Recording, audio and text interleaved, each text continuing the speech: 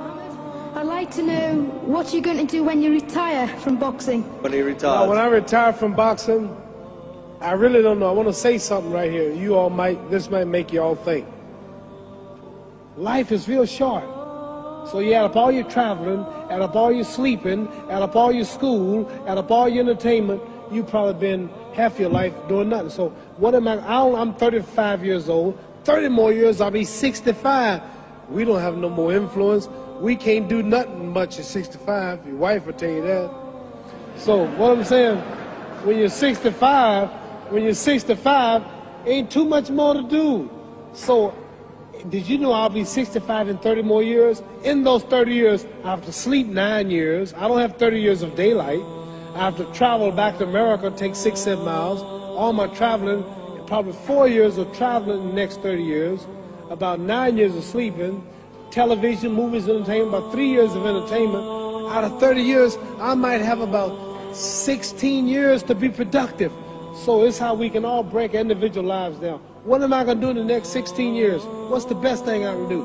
Get ready to meet God. Owning real estate, going in business, teaching boxers, that won't get me to heaven.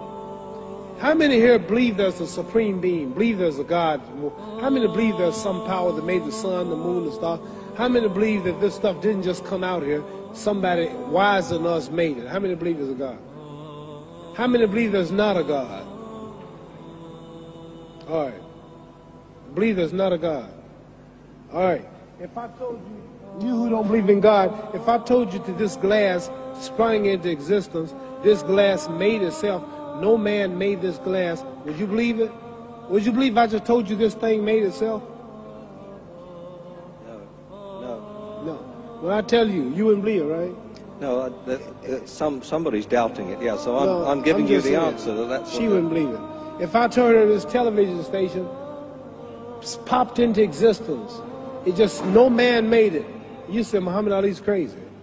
All right. Well, if this glass can't make itself, if I told you those clothes you have on wove themselves, nobody created them, those clothes made themselves, you wouldn't believe it. But if your clothes didn't make itself, if that glass couldn't make itself, if this building didn't make itself, then how did the moon get out there? How did the stars and Jupiter, Neptune and Mars and the sun, how did nature, how did all this come here if didn't know why is something planning to make it? So what I'm saying is, I believe we're going to be judged. Should a man like Hitler kill all the Jews and get away with it?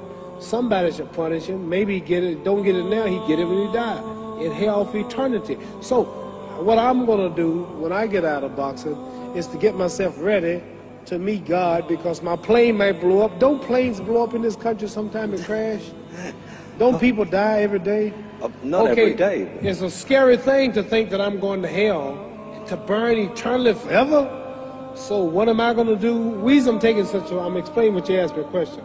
You ask me questions I can't just answer like that. When I get out of boxing or when I'm through, I'm going to do all I can to help people. That's why I'm here with Johnny Walker. Here's a poor man, came all the way to America. Here's a bunch of boys need some money, and somebody is calling me to help them. God is watching me. God don't praise me because I beat Joe Frazier. God don't give nothing about Joe Frazier. God don't care nothing about England or America as far as your wealth. It's all his. He wants to know, how do we treat each other? How do we help each other? So I'm going to dedicate my life to using my name and popularity, helping charities, helping people, uniting people, bring people bumming each other because of religious beliefs. We need somebody in the world to help us make peace. So when I die, if there's a heaven, I want to see it. Because we live how long? 80 years? The odds are everybody in this room, some of you are going to be dead 20 years from now, some of you are going to be dead 50 years from now, some are going to be dead 30, and some are going to be dead 60, 70 years from now. We all going to die soon. And if you live to be, say, 125 years old, which we don't do, right? Let's say we live to be 250, and you can have sex for 145 of those years. You're going to come to the end after that. So we don't have but about 80 years on earth. This is a test to see where will we spend our life in heaven and hell. This is not the life now. Your real self is inside you. Your body gets old. Some of you go to look at the fridge, you don't have no teeth. Your hair is leaving you. Your bodies get tired, but your soul and your spirit never die. That's going to live forever. So your body is just housing your soul and spirit. So God is testing us on how we treat each other, how we live, to see where our real home be in heaven. So this physical stuff don't last for so long. So my car, this building is going to be here when the man who built it dead. There have been many kings and queens of England. They're all dead. After this one is gone, another one will come. So we don't stay here. We're just trustees. We don't own nothing. Even your children are not yours. If you think I'm lying, your wife is not yours. You don't own your children. You don't own your family. So what am I saying? The most important thing about life is what's going to happen when you die. Are you going to go to heaven or hell? And that's eternity. How long is eternity? Let's imagine. Take the Sahara Desert. There's a lot of sand on the Sahara Desert, right? Then imagine that one grain of sand represents 1,000 years, and when you're in hell burning, when you die and go to hell, you're going to burn forever and ever, no end.